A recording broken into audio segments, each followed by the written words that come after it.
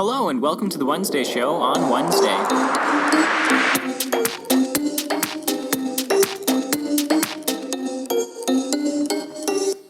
Welcome back to the Wednesday Show. It is March 14th. I'm CJ coming to you pre-recorded from Minnesota. It is currently 29 degrees and sunny outside. This is episode 7 of the Wednesday Show. I hope everything is going well for you. Our topics today are The Walking Dead, writing, then we're going to take a little break. Then I'm going to be talking about some movies I've been missing this month. Then I'm going to be reading a poem called Jabberwocky. Then that'll be our show today. So let's get right into it with The Walking Dead. Okay, so I don't know if you've watched The Walking Dead or you haven't, but this topic's going out to all the fans who have watched The Walking Dead, especially if you've seen it, from the beginning up until now. I've only missed, the last 2 episodes, otherwise I'm caught up. I saw the opening to the mid-season, and like many fans right now, I am not happy with the direction of the show. I believe many fans are. I haven't been looking on any message boards or anything like Reddit or, forums. But anyways, from what I've been seeing, though, the little bit I've been seeing online, people aren't happy about this. And I completely understand. There's a bunch of main characters from Season 1. There's at least, 10, 20 characters or so. Somewhere around that range. And I think there's only 4 characters left from Season 1. Because we have Rick, we have Carol, we have Daryl, and Morgan. That's it. They just killed Carl, Rick's son. And if you're a fan of the show, you know this. Carl, I didn't care for his character Season 1 and 2. I thought he was a terrible character. Season 3 started growing on me, and I've liked him since Season 4 at least. Yeah, Season 3 did grow on me, then Season 4, I've been a fan. When you develop these characters so much, then just to kill them off, I mean, once in a while, yeah, I understand, Game of Thrones style, whatever. But you gotta leave a couple of them alive. You don't have to leave every last character alive, but you gotta leave at least a few of them alive. A couple more than just 4, because you just keep introducing new characters, kill them off right away. Introduce new characters, kill them off right away. It's like, can't we at least grow with some of these characters? At all? I mean, I think Negan's an alright character. He's pretty cool. But the focus of the show is shifted away from the walkers, the zombies, to Negan as the antagonist. I don't really think you even see many of the walkers anymore in the show. There's not many left. They haven't been a threat for a while. And a show about zombies, called The Walking Dead, you think that zombies would be the main threat throughout the entire series, and maybe, humans once in a while pop in and, bad stuff happens. I get that. But you've shifted the main focus from the zombies to the people. I mean, granted, I guess we all saw this coming eventually, if you really thought about it. But until then, I just don't see how that works well for the show. I mean, it just completely shifted focus. I never read the comics, but from what I've heard, they have completely gone off course from the comics. And yeah, it's just sad. It's sad to see it go this way. A really good show. I mean, like I said, I missed the last 2 episodes. I'll probably watch them within the next couple days. It's just, can't this show get back on track? Can it find its focus again? Season 1 was amazing. Season 2, well, I mean, you just kind of had the farm, and there was some interesting stuff that had happened there. Season 3 was the prison. Season 4, prison. Season 5, they were on the run. Was it season 6 they found? Or was it the end of season 5 they found Alexandria? The show's, in a way, become very formulaic, and it hasn't really done anything new, per se. But I think it was a terrible decision for them to kill off Carl. Chandler Riggs is a good actor. I'm not sure if he's going to continue acting in his career. If he does decide to do that, good for you, Chandler. Doubt you'll listen to this, but if you do, good job. Good to you. Hope you'll wish you well. But I don't. After the death of Carl, I don't see this show going on for too much longer. This show should have only lasted 5 or 6 seasons, probably. But I wonder how long they can keep this going. It can't be too much longer. Anyways, let's get into our next topic, which is writing. Alright, so, like I think I mentioned last episode, I have to go back and look at it. I don't remember if I did talk about this or not, but I think I did talk about this. Was that I am writing a new book. I already have one short story out. But anyways, I'm writing a new book. It's going to be like an urban fantasy. I'm going to follow from multiple characters' perspectives. I'm just over 40 pages in. And I'm thinking this is going to be around 120, 130 pages, I'm guessing. Somewhere around there. Could be wrong, but hey, you never know. If you're writing a book right now, you know it can be a little difficult. And then, if you think back to it, actually, like when you were in high school and all that, and you had to write like 3 pages, and you're like, oh crap, I gotta write 3 pages, that's a lot. But once you get to the point where you wrote like, 20 pages, 30, 40 pages, and then you're thinking, 3 pages isn't that much. It's kind of funny to look back on it like that. Because I remember thinking that was a long time ago. But yeah, as you get older, it just doesn't seem as much anymore. So anyways, I'm writing my new book. It's going pretty well. I almost hit a little bit of a roadblock or what's it called? Writer's block, yeah. I almost had a little bit of a case of writer's block there for a moment. But anyways, it kind of leveled and cleared itself out. I'm starting to think of new plot lines, little subplots that will work well with my book. But I'm hoping that I can finish it maybe by the end of April. But I'm really going to have to sit down and focus on my writing. That is one thing I really want to get done.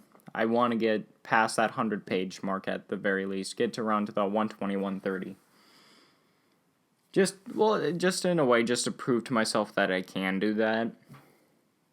I hope that I'll make some sales off of it. But hey, I mean, if I don't, I guess. But it would be nice to make, a little bit. I don't expect like a full income or anything, but, it'd be nice, to see like an extra $100, $200 a month. I doubt I'll get, I might get that, I might not, but it'd be pretty cool to see, something like that. Just a little extra money. Anyways, we're going to take a little break right now, then I'm going to come back and talk about some movies I've been missing, so we'll take a little break.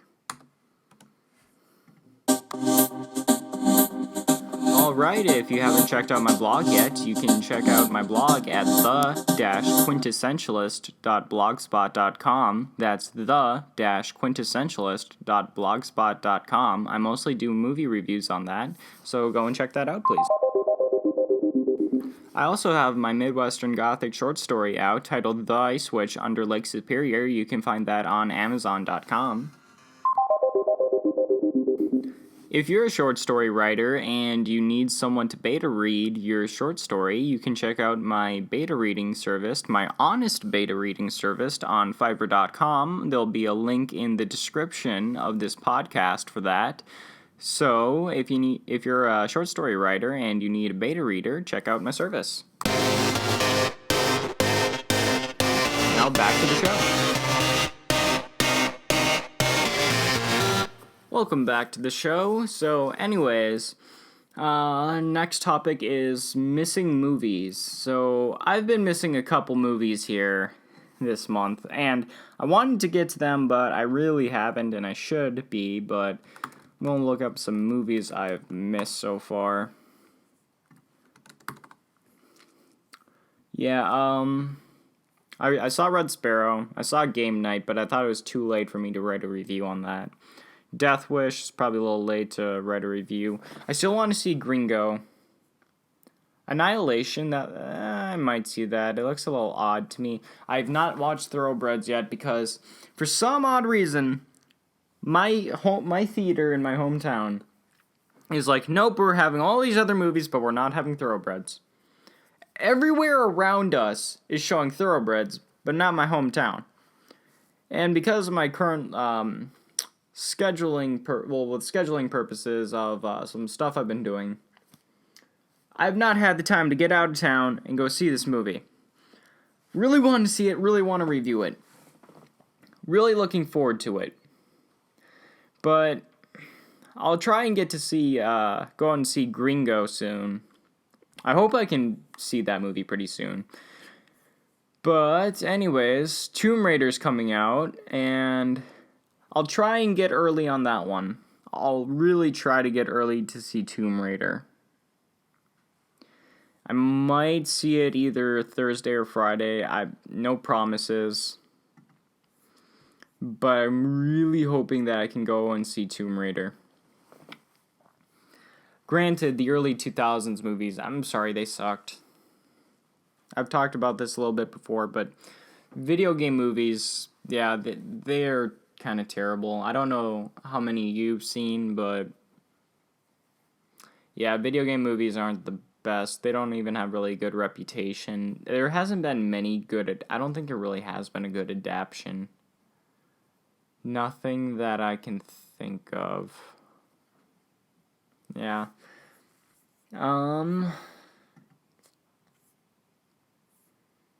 What else is coming out this month?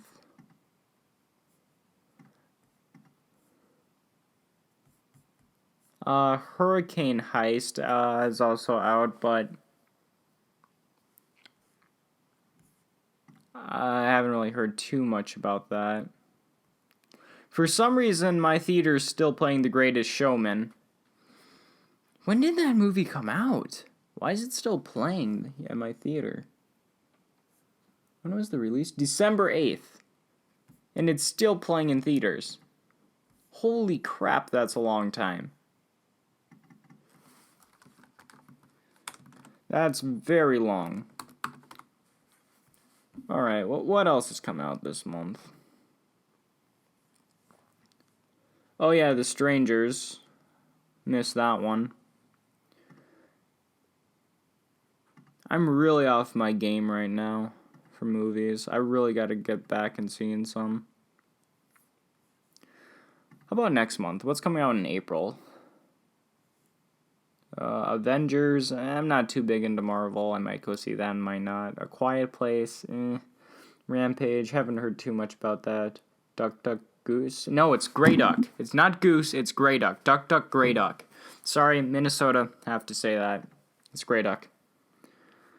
Blockers is coming out. That movie looks kind of bad.